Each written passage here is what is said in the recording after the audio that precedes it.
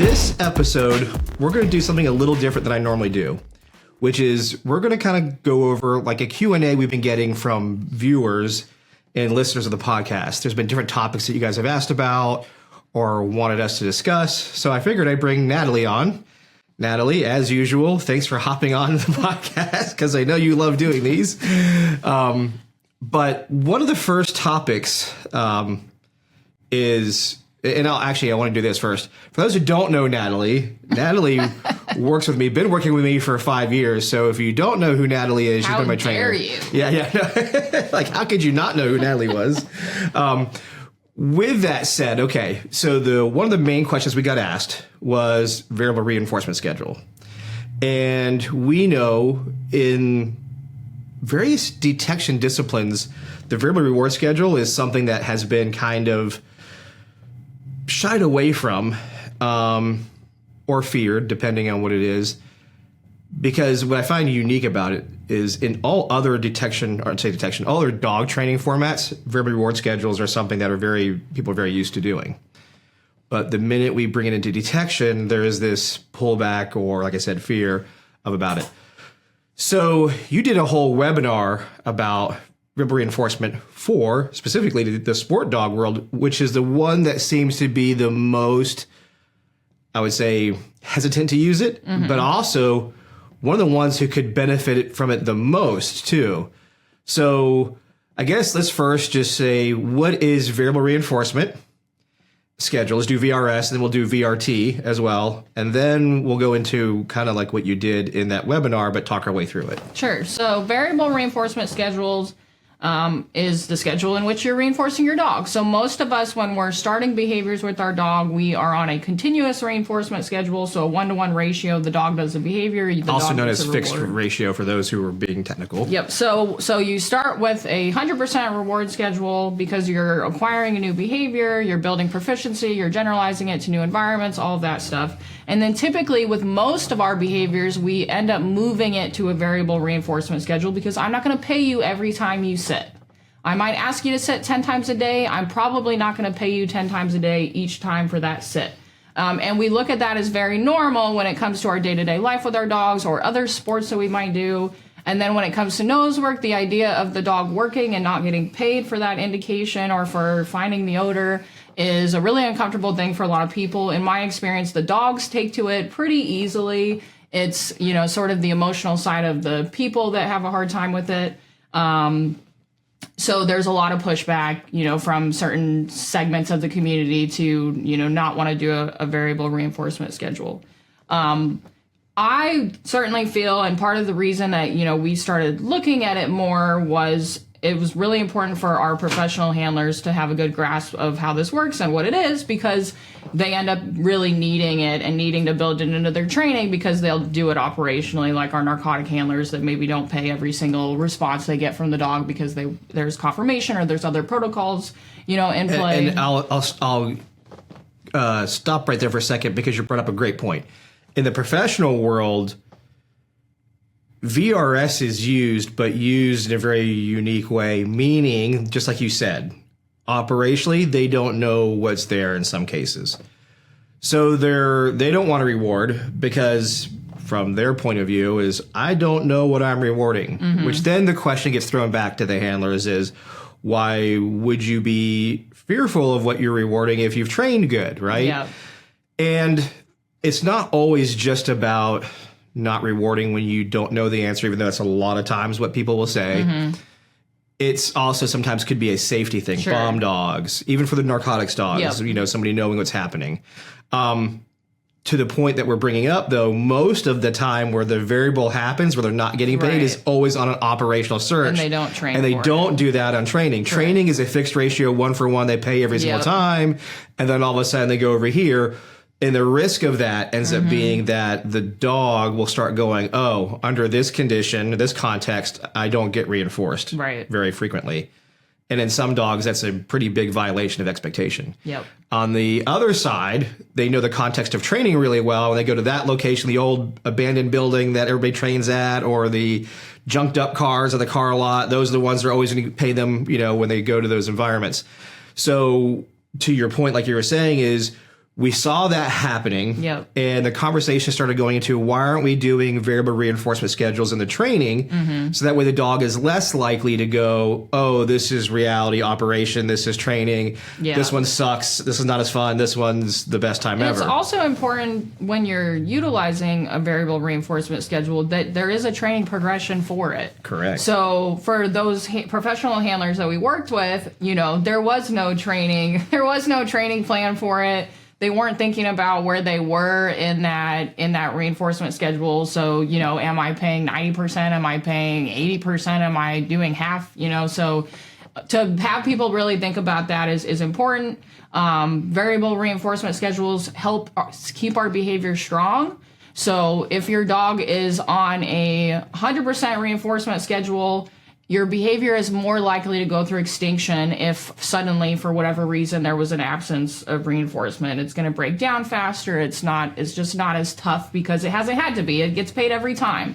It creates some suspicion sometimes too, because we're like, well, why didn't I get paid this time? Yeah, or why exactly. was it really delayed? Yeah, you get some frustration maybe. The dog goes into an aggressive response, or all sorts of things can happen if the dog doesn't understand why that rule has changed on them.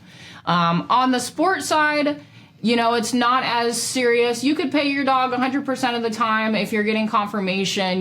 We're unlikely to put ourselves through conditions that would make our behavior go through extinction. Like if your dog's encountering odor that much and you're oblivious to it, there's probably some hygiene issues going on.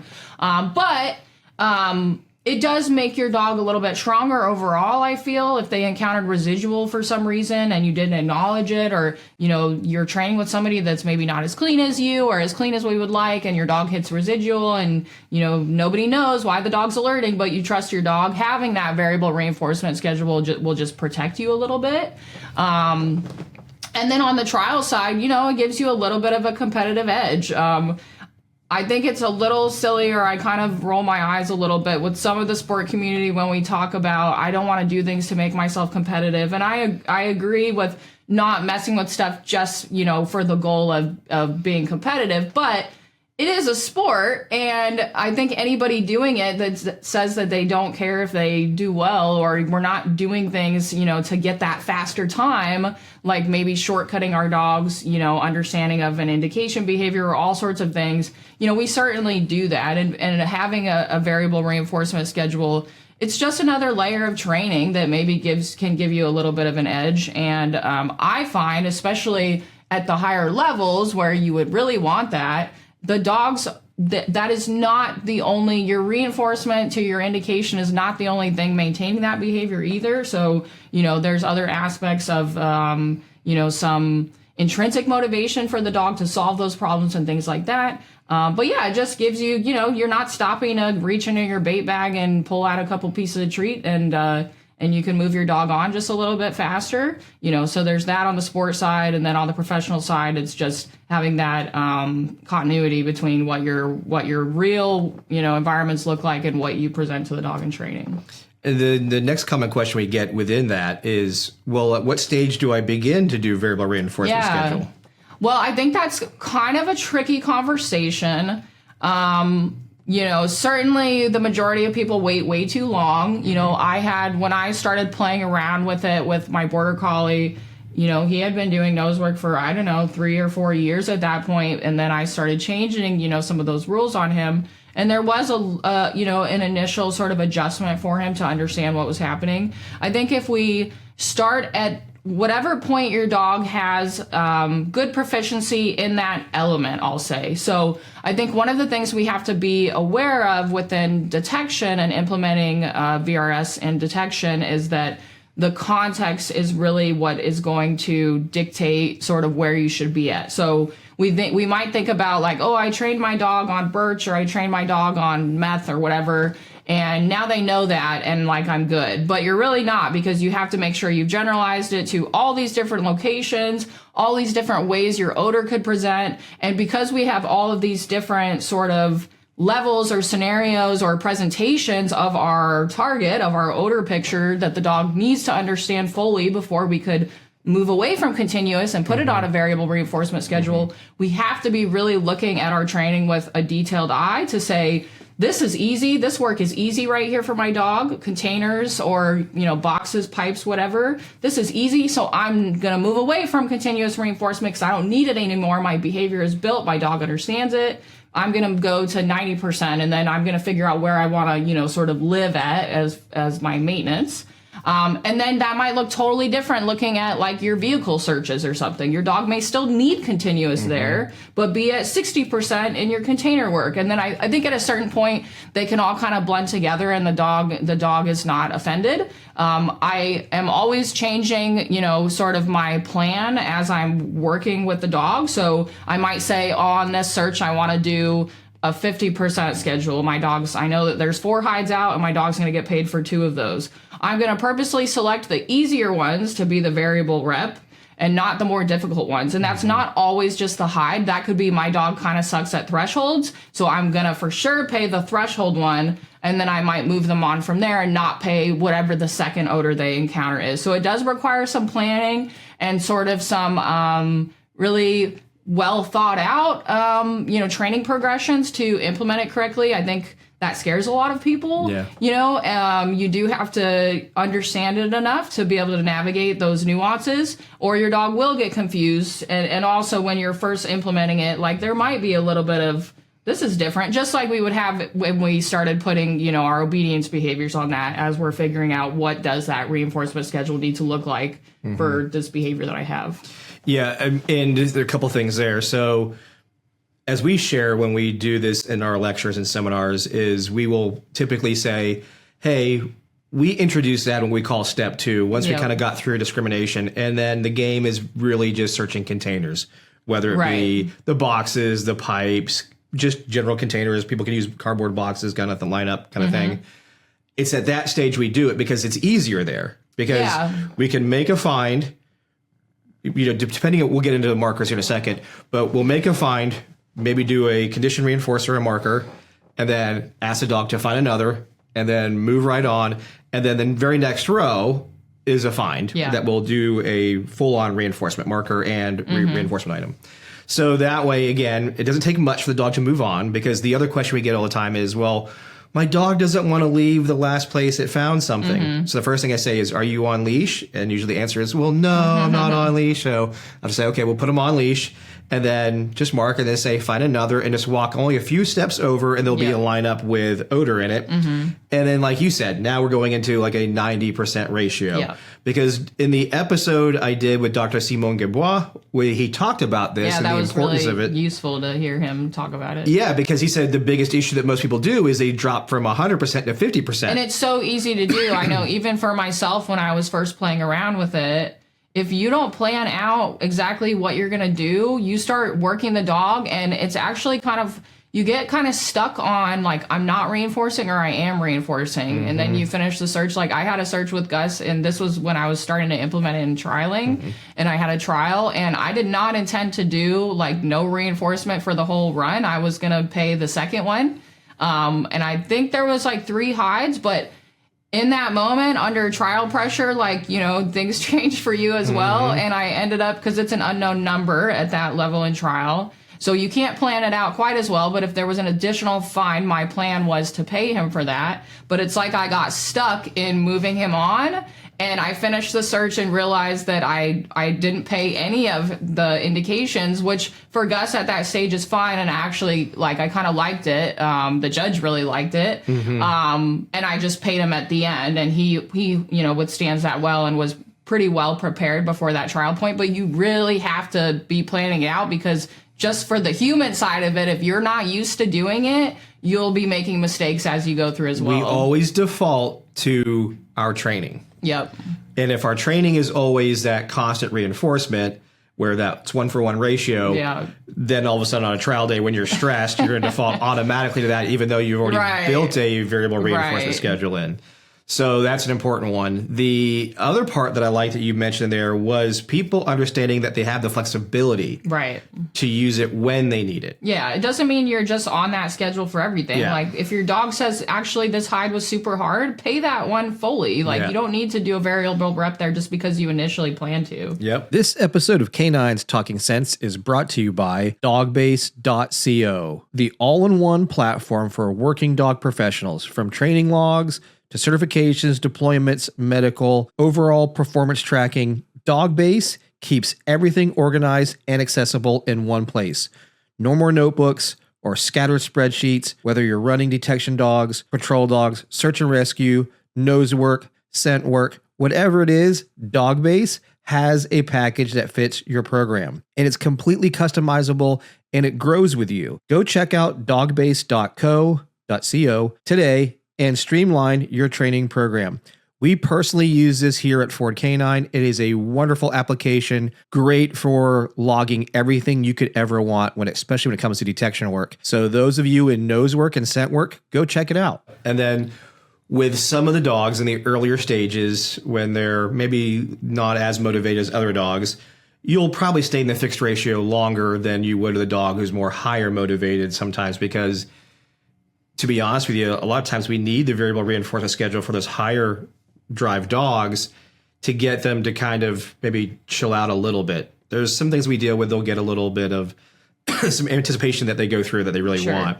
But I've also seen, implemented properly, those lower drive dogs with a variable reinforcement schedule get even better. Yeah. So case by case with, I would say, that moderate to lower drive dogs, fixed ratio a little bit longer to see good buy-in. Yep. But then violate the expectation here and there at the right ratio, which is going to be in the very beginning, 90+% of that being that way. And then working your way down to, let's say, maybe 60%. Yeah, like I typically, if I'm, purposely setting up to do some variable reinforcement, I typically am living at like 60 to 70%. Yeah, same. It's a sport dog operationally. I don't have that problem. I could pay it every time. So that's enough to kind of, I might skip reinforcing, a handful of odors amongst, a week's worth of training. Yep. And I think it's super important for the professional dogs, whether you're HRD, whether you're explosive, narcotic, whatever it is. It's important that you implement this sooner than later, especially if, for whatever the reason is, you are not going to reward operationally. Yeah, absolutely. If that's going to be your dog's, sort of endpoint and what it's going to look like when you finish your training, you're going to need that schedule. We don't want to wait until our dog is so sure they should be paid every single time. And one of the kind of pieces of fallout that comes with waiting too long and violating, that expectation that you've built over and over with your dog. I ran into this a little bit with Gus when I was first implementing it after he had been on that continuous schedule for so many years. He would start going, I'm going to guess that you're going to move me on and move on a little bit early, like some anticipation happening there. And I think when it becomes a normal part of your training, you're not it's not such a violation, or there's not so much anticipation to, kind of figure out the game, so to speak. It just becomes a normal part of their development. And I think it's important that communication is covered here too, because in this, it's important that we communicate. So commonly in the sport dog world, the cue, find another, tells the dog to move on. Yeah, right? It's a nice already kind of built-in thing that we can use as we implement this. I heard quite a bit this past weekend when we were in Vancouver. Thank you. Oh yeah, they really like that. I like that. So whatever it is, those little things can help the dog move forward and keep searching for additional ones for dogs who are working environments with multiple finds. Yep. And being on VRS would be extremely helpful, because when they would hear, let's say, if they were using a marker, they would hear yes or whatever, and then find another, or yes, thank you. And then the dog would go, oh, okay, I know what that other one is. Yeah. Move on. And again, and in training, we build that appropriately, like we talked about, where they find it, they get a variable reinforcer on this one, meaning that we'll probably use a condition reinforcer, then move on to another search area not too far away, then make a find, and then we kind of build it that way to maybe the first one is a find with high value reinforcer. Second one is just a condition reinforcer, move on.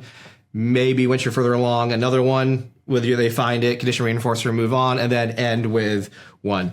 The whole point about it is to be randomized too. So we want to randomize how it's introduced. You don't always want it to be the very first one is the one that they don't get reinforced on. Or anytime you build in predictability there, you're going to have issues, and your dog will go, I already know that one's, I can just skip that one. Exactly. You don't even need me to stop and tell you about it, right? And it's important we talk about that because a lot of people will go, oh, well, the first one I won't pay because I'm going to pay the next one. Right. So we have to create a variability to that, which is why I like using randomizers, things like that. That'll tell me, okay, this rep is the one that's it's good to like when I was doing this with Cherie, one of the things that she would do, because you forget what you're doing as you go. Like, wait, am I paying this one or not? Write it down beforehand. So one of the tricky things about starting to implement the variable reinforcement schedule with detection is it's not as easy as it would be for like obedience, where you can just cycle through like 15 behaviors and maybe you paid 10 of them or whatever. If you're gonna start working that say you're at 90%, well, you kind of need a decent amount of odor out to be able to make that percentage make sense and work for your training. So what we would typically do, and I show this in the webinar, is have multiple areas set up. So we could have like a container search here, a pipe search there, or maybe it's all containers, but multiple areas. And we could say, for this search, I'm gonna pay everything on this search. And then for the next one, there's only one hide, and they're going to get moved on that one. They're going to get marked and then told next or whatever.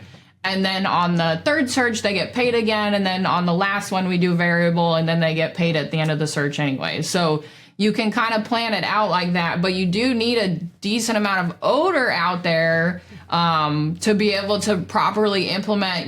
If you only have 2 hides out and you're not going to pay one, you're automatically at a 50% schedule there. So, it's a big jump. It just is a little bit more labor intensive, and you really have to be thinking it through versus like some of our other sports and things like that we do with our dogs. I think part of the reason people don't scoff at variable, I mean, for one, you need it to trial and stuff like that. You need to not be on any reinforcers in the ring, but people just do it without being super conscious of it. You're not thinking about what reinforcement schedule am I on right now. Maybe we would benefit from being a little more analytical like that. But well, it's important. I mean, we bring this up frequently in our seminars, which is the planning aspect.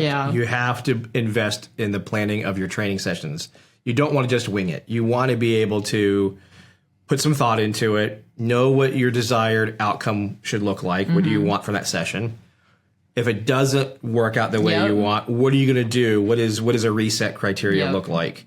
In addition to that is, what resources do I need? We do it obviously in our classes. We call it the PISA training, where I would go through I'm planning, what do I need to prepare? And then what's the procedures and protocols and all that kind of things that we do.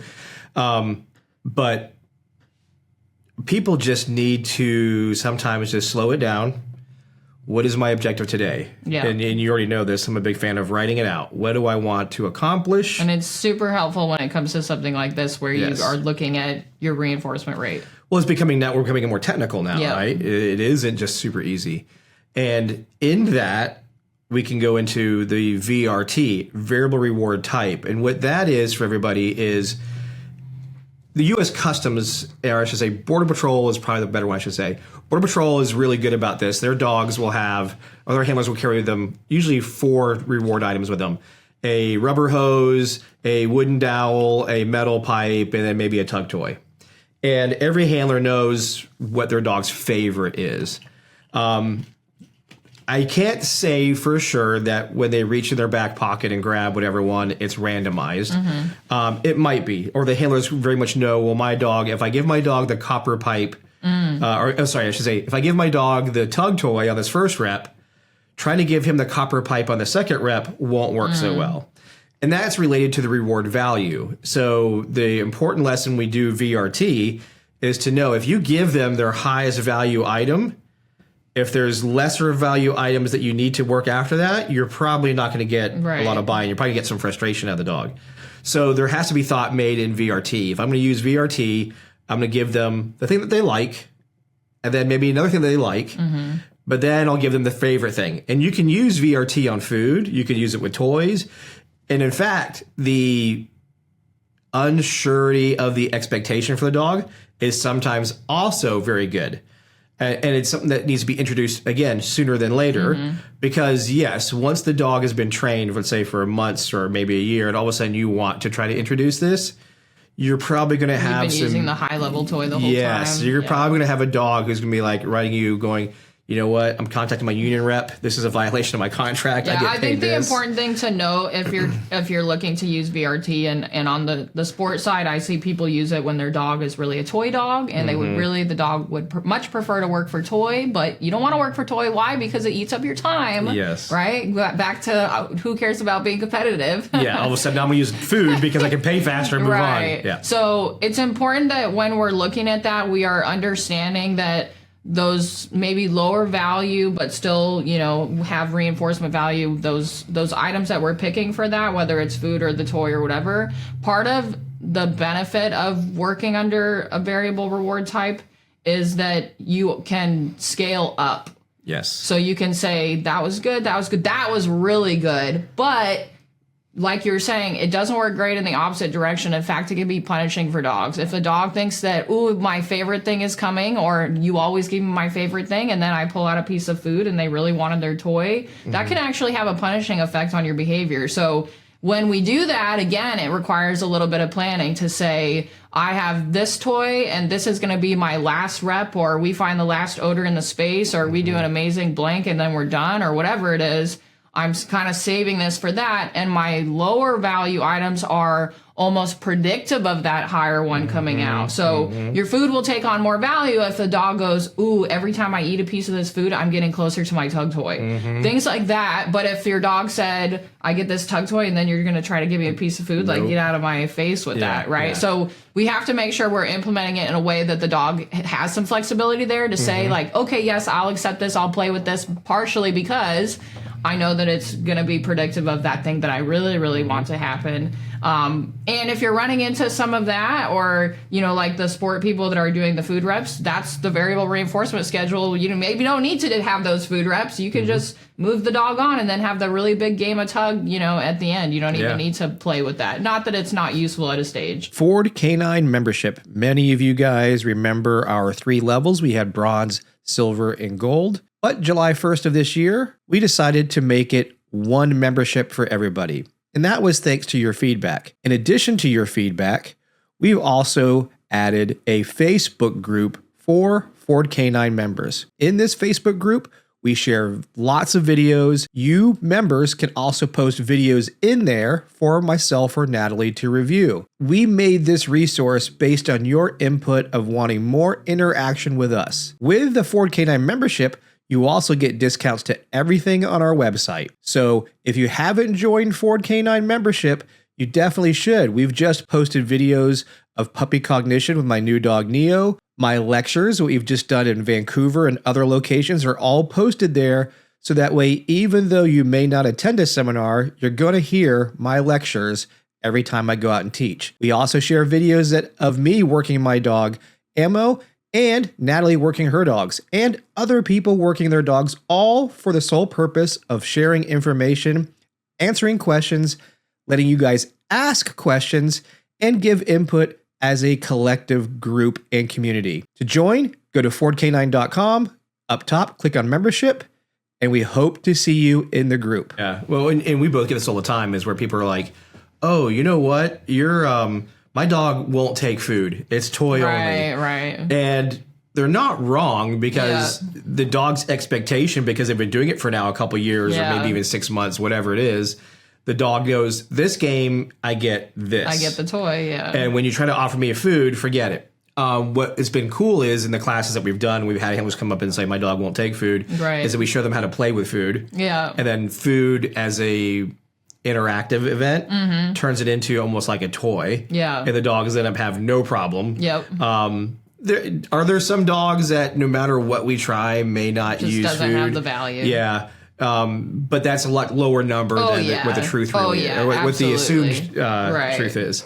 So what we like to do a lot of times is introduce high value food item, use it in a game style like Michael Ellis does, and that does give value. It gives you some options like we're talking about with reward sequences. Yep. Obviously, many dogs that we start, even if they're going to be a professional detection dog, will use food in the very beginning stages for the reps and the calmness and clarity for the dog. Yes. So that's been super helpful. And then we always end with a toy, knowing that eventually and then we'll you're go to giving that, you're jumping to that higher realm. You can pick, that was a really nice one. I'm going to make, this wasn't going to be my last rep, but that's so nice. I want to be able to pay it with the toy. And now you've just, imparted something even bigger on the dog because that was unexpected. They weren't expecting to get that. And from a learning perspective, things that are unexpected, we hold on to, whether it was unexpected and it was good or it was unexpected and it was bad, because that's relevant for us, right? If I'm out there trying to evade a predator and I wasn't expecting something bad to happen, and then something, I'm going to remember when that happened and why maybe it happened. And the same thing with something super good happening. So, we're leveraging those things when we're manipulating these reinforcement types and reinforcement schedules. But it's important to remember some of that. Yeah, for sure. And, to kind of summarize a little bit of this little plan that we're talking about when we're doing the variable reinforcement schedule. So whether the dog's experienced or it's a new dog, we do it in we call a multiple like item stage. So like ORT style setup, boxes, pipes, wall, etc. Simple odor presentation. Yeah, simple. Once we see the dog do well with that, then we'll move into simple hides, meaning that the room will have a hide maybe at threshold. And if the dog's already got threshold down pretty good, like you mentioned, I can mark them and then say move on. And then they move on. And then the next one, they'll get a find. So in that very beginning stage, we're going to make sure that they get a reinforcer right after at least the very first one, keeping that ratio high. Yes, exactly. And part of that is when you're initially doing it, especially maybe if you didn't start it as early as you should, you are violating your dog right there. The dog is going to go, no, where's my thing? You didn't pay me. But if there's another answer pretty close by, then, they're going to get pulled into that. And then you can quickly say that is it. So one of the issues I ran into when I started looking to implement this with Gus, and I did have to use my variable, I did have to use my condition reinforcer just to get him off of the first one, because I had done all sorts of proofing that says, everything I do, ignore me. Just stay on indication until you hear your marker. So there was no moving him on, find another. He wasn't going to fall for that. So I had to use my condition reinforcer, and he would pop off expecting to play or have food or whatever. And then I would very quickly cue him into the next one and help him move on from where he had that first find. And then he would catch odor, and very quickly I could then pay that second one. And that kind of helps, they're like, well, that was weird, but then I got paid, and they move on from that faster and faster, and it becomes normal. What I did for him, because my, sort of end state that I wanted was to be able to use my, I say next, my, find another whatever, to be, essentially, a communication piece that says that was correct. You're not getting paid for that one. Continue on without any turning to me or things that my condition reinforcer might pull out. But I did need that initially, or we weren't going anywhere. So I phased that out as we went. Technically, because I'm sure we'll have people comment this when you post this, but technically when we are giving the dog information, so we're saying find another or giving a condition reinforcer, it's not actually a true, variable rep, because we're telling the dog something. So if we want to get super, super technical in detection, we always have to tell the dog something, either move on or you're getting paid right there. So, from the scientific definition, there's a level of offended because we did level of reinforcement still happening. We are kind of doing a detection dog version of VRS is what we're getting. Yeah, I mean, it's as close as you can get. It's not like in obedience where the dog's in a sit and then I don't tell it that you were sitting or, that was correct. I just tell it the next position. But in detection, we have to move the dog on from that, right? So, technically you could look at next or you're find another as your addition, your secondary behavior that you're pushing the dog into. But there's still that was an important point to bring up, because I guarantee we'll get those. And honestly, that was a little bit confusing for me when I was first really deep diving into setting it up. Like, how do I want this to work for my training and stuff? But it's good to understand that there's still a level of, yes, that is your odor, you're correct, that you're building into their understanding of this. And I think just another small point regarding when you implement this, it's really important that as you start going, because when you're first implementing it, you're marking that next one really quickly. But it's really important fairly early on, until your dog's understanding, you see them settling in a little bit, that you are asking for them to hold the duration. Correct. Yeah, or they will go, I got it, and want to move on much faster because they know that maybe the next one is going to be the one that pays me, and I'm done with this one. Yeah. But it's really important that they are waiting for that cue to move on, and not just moving themselves on, or you might lose some of the dedication to your communication piece that tells you when they found it. Yep. And then within that, people are going to always ask, well, how long do I do variable in the container part or in that initial setup? And I always tell them it's based on the dog. It's based on the dog. And honestly, like how quickly are you picking it up and how quickly are you correctly implementing it? I did it on containers for, I don't know, probably a couple weeks, close to a month, before I started doing it in another element, which was, for me, was vehicles, kind of the next easy step. Vehicles and I think some interiors.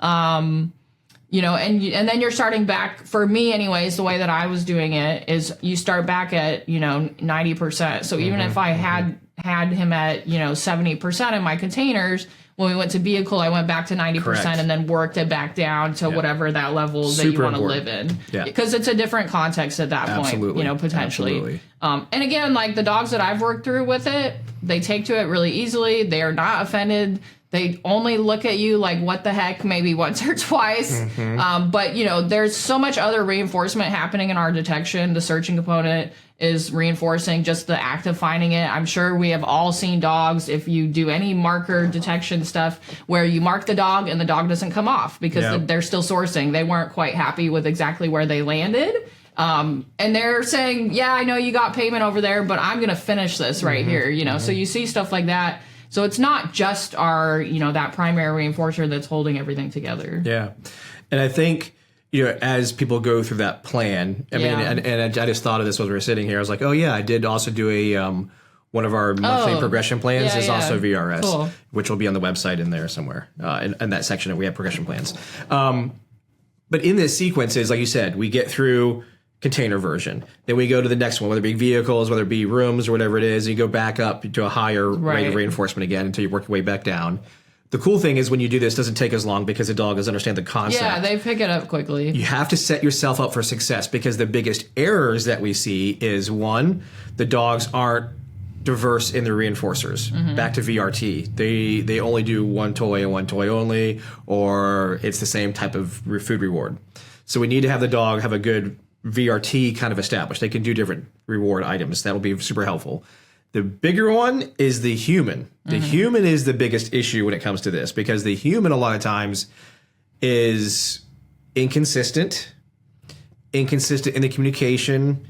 Maybe he's working off leash when they should be on leash. Yeah, only definitely because you should be on leash in those early stages, or your dog will go back and say, "Yeah, I think you forgot to pay me over here." Correct. Another one, which is going to be extremely useful to have, is a condition reinforcer. Yeah, it would be really tricky to do this without having something that says that's when you got it. Yep. Because even the ones who don't have a condition reinforcer, they call it the praise off. Because they say yay or yes or whatever that they'll do because they're happy with their dog. Yeah. And many times for the dog is already a condition reinforcer. Right. Just not a consistent one, which is why it doesn't have as much value. Sometimes it's powerful. Followed by something bigger and other times not. So your condition reinforcer can be a word. So you can use the word yes, or like we use a lot of times free. Some people use bingo, whatever it is. Or you can use a clicker, you can use mechanical. You can click, use a whistle, etc. And there's the great debate within those in the marker world or condition reinforcer world is mechanical devices are better than voice. I've used both extensively, both at high levels of consistency. I've used both items on my dogs. I've used whistle for distance because I didn't want to have to yell. Right. And I've used word for that was closer. And then the people were like, well, the way you say it each time can be different. And they're not wrong with that. But I can tell you it doesn't really offend the dog as bad because they figure it out. Yeah, because in my world where I had to keep putting a new Navy SEAL on a new dog or on a dog every 2 years, that dog may have 3 handlers in its career. Right. And each one is going to say free slightly different. Right. It took the dog like literally after the yeah. first person. Any one of us could have said free, and they're like, Right. okay, who's got the reward? So there's value to mechanical, there's value to verbal in the bond and relationship that you have. But having a condition reinforcer, regardless of what it is going to make your life much easier in things like variable reinforcement schedules. So this goes in, which carries perfectly into the next question we have, and this episode will end probably with this question here. But the question was, I've seen more recently in your posts and in conversations in your seminars about the end of search queue. You use the word all done. That is also a newer concept in the detection dog world. So the way I'll explain it is this. Everybody's dog has a search queue to go to work, typically. Sook, seek, search, whatever it is. They typically do that. And then that tells a dog to go do to work. Does a dog have to have that? No. Some dogs will automatically happily go search as soon as they're hooked up to a leash and off they go. But it's super important to just have more clarity sometimes. I think that's the big piece of it. Yeah, lots of dogs will just go and start hunting when the context tells them. Yep, and I'm cool with that. If you have clarity to that, if that's a sharp cue and the dog goes boom and runs to start sniffing something, that shows you there's some good clarity. They know exactly what that cue is. It's not just dictated by your context. I love having cues, rituals, and habituations. So in this case, for my dogs, I have the cue to go search. I have my rituals, which are usually the harness goes on at the car, give them a little potty break, and then when they come in, they're hooked to their collar. But then when I'm ready to go to work, I hook over from collar to harness. So then that's another little ritual that happens there. And then when I say this command to search, boom, they take off, and they'll search right for my dogs. They know search right here where we start. So having that initial one, so that's the cue to go to work. The end of search cue, which would be all done, just signifies to the dog that you're finished for right now. Maybe you'll engage with me. Maybe we're leaving. So people are like, well, how do I go about doing this? Well, the cool thing is many people have already built this in. They just don't know it as much. They may just go, okay, buddy, let's go. Whatever it is, they'll do something. What I'm just saying is just like you have your search command, let's have the end of search. So when I was training with some teams from certain government agencies, they do let's go, and that's theirs for that. For me, it's just always natural for me to say all done. And again, all that does is tell the dog that we're finished for this moment. I can say all done and then turn right away and go sook and have them search another room, another space. The all done becomes super helpful. One, it does help in VRT, in VRS. It also is very helpful for blank searches. So when my dog has searched a extended period of time, one of the common things that people want to do is put out drop hides. Right. Oh, I need to put out something so my dog gets remotivated. And there's truth to that. It's helpful, but sometimes it's just not doable. Right. But what the dog really wants to do in some cases when there's something longer duration of searching, or we've been searching for 30, 40, 50 minutes intensely, is they just want a break, like a mental break. So I can say all done, and then I can choose. I can take a toy out and reward them with a toy and go play. I can just praise them up. I can give them the piece of food. I can do any one of those things, but what it does, it creates that mental break. Hey, we're done for a second. So, and just like I cue the search, when I use the word seek, sook, it predicts there could be finding something. Right. Because when people are operational or you progress through the different sport programs, you could do a search and there's nothing there. Yeah. So the cue to search doesn't always mean there's reward. It's almost like our searching is already on a variable reinforcement schedule. Just like the end of search cue doesn't always mean they get their favorite thing. Now, in the beginning, the first few times I use it, when I say all done the first couple times, I'm going to give them their favorite thing just so they understand that's how it's played. All done means, hey, engage me for a second. I may give you something. I may say, let's go find another one, or let's go search again someplace else. It's also super helpful for the times where I see the dog just do something phenomenal in the search. Like it climbed something, really difficult, sniffed something like a cabinet, came down to stuff. I may just say, all done, and then engage with the dog and go play, because I'm just making this a fun experience, not just so always work related, meaning that's just like you only get paid for finding something. Right. That has been the argument in the world that I grew up in, was you only paid those dogs when they found something. And again, there's truth and value to that. But what we started creating was dogs who didn't know what to do when the signal or the stimulus was absent, the omission of that. because now there's no smell here, nothing to find. Some dogs started working harder because, well, it's got to be here somewhere. I've always find it. Handlers interpret that as, oh, my dog's getting more intense. There's got to be something here. Right. And they circle the drain of no odor being there. Yeah. And then a lot of things start happening. So having the ability to be able to stop the search for whatever the reason is, with, in this case, an end of search queue is super helpful. Also, I have my recall for in case of emergency type of thing. Let's say there's broken glass or there's a balcony or something because Malinois like to jump off stuff. There's something I need to do to stop them. So I have a couple ways to end a search. They find something, I do the end of search queue, or is it an emergency?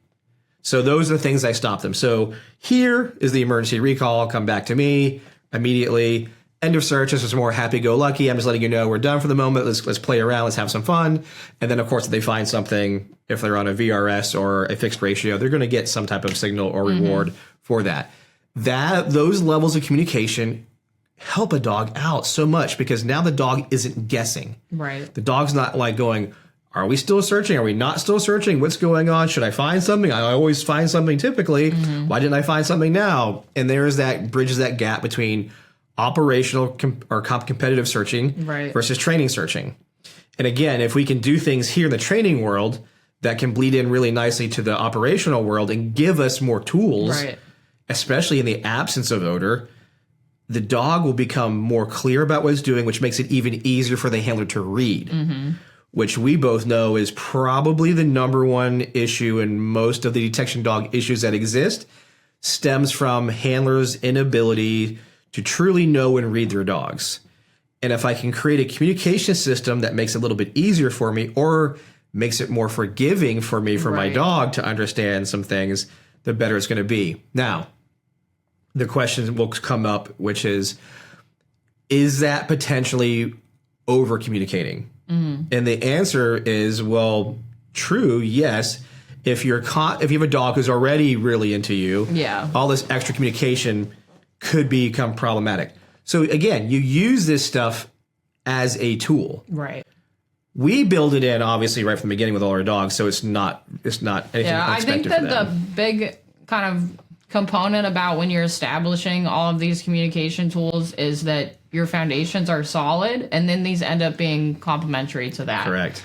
A lot of times what happens, and I think when there's critique or there is too much handler involvement, is partially because our foundations weren't really where they needed to be, either our hunting. I feel like I've been seeing that more as we've gone around, that the reps and the time to develop the hunting is not being spent. And so the dog's hunting is just not fully there enough or not independent enough. The dog doesn't have a good skill of that by itself. And then you're adding odor and all of that. So, of course, you start adding additional layers of communication. An issue that was maybe already there is going to amplify when we're building these skills in our dog and these understandings of our communication system. It's at an appropriate place in their development and at a point where they're going to take on that information and be stronger for it.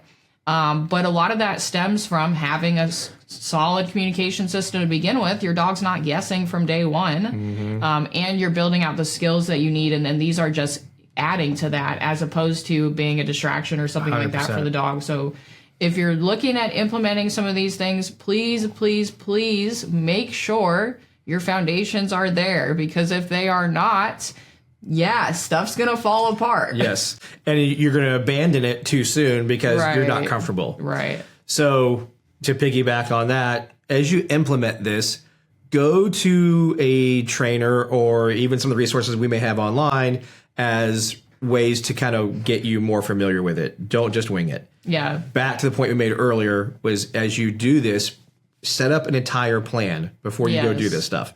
What do you expect? What do you need? How are you going to accomplish it? What does success look like? And what does potential failure or reset look like? So to kind of, this episode's kind of a shorter one because we wanted to kind of get into some questions for some people. But summarizing, variable reinforcement schedules are really important to have, can be really just a great skill for the dog to understand, especially for those in the operational world where you may not be able to reinforce your dog or you don't feel comfortable for it or it's a safety reason. VRS in your training needs to be done and the dog needs to be comfortable with it before you expect it to be working properly without fallout in your operational side of things. Variable reinforcement type, using different types of reinforcers, toys, food, etc., is also really important to build to show the dog that sometimes having the ability to reinforce with food is going to be really nice. Sometimes having the toy is going to be really important and great. Different types of toys are really useful too. You know, having just more tools in my toolbox are going to give me more options as a handler, especially if I have to do competing or operational things. Yep. And then how we wrap this up was that end of search queue. Utilizing that, with many people already doing it, some type of end of search queue without really knowing it, doing one more deliberately where we can actually have a dog have some clarity to it. And again, the benefit that this really adds to long duration searches with no finds or just complete blank searches. That end of search just gives you one more option other than just putting out an odor for them to find. I think you should do both. Yeah. I think you should totally sometimes put out drop aids, as we called them, and sometimes use your end of search and just engage your dog. Maybe you are going to play with the dog. That gives the dog what it wants. The downside, again, to be aware of, don't do it too much because we don't want the dog that searches 10 feet and goes, oh, I didn't find it, let's engage. That tells you the human, did that too much.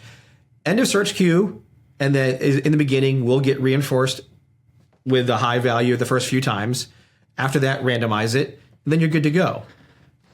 Again, just be thoughtful in what you do. And we hope that you guys really enjoyed this episode. This was just one of the ones we decided to do with some questions and answers. If you have questions about or from this episode, send us an email. Go to the website, click on info@Ford Canine or contact us, and we're happy to answer those questions. And if you're a Ford Canine member, just hop into the Ford Canine group, which is on Facebook. It's a private group. All of our Ford Canine members are in there, and we post videos in there all the time now. We're doing search development videos right now, but speaking of search development, we're doing that with little Neo, showing people what we do, how we raise it through a puppy. All these things are available. These are all resources for everybody that's that's a member. But even if you're not, if you go to the Facebook group Talking Sense, there's lots of stuff still shared there. Yeah. It's turning into like a lot of reshare right now. People are less active than they used to be, but we're going to stir that up a little bit with some more stuff like this, conversations that we get from the group that we'll share. So we appreciate you guys listening to this episode or watching this episode. And remember, Canine's Talking Sense, where it's okay to be nosy.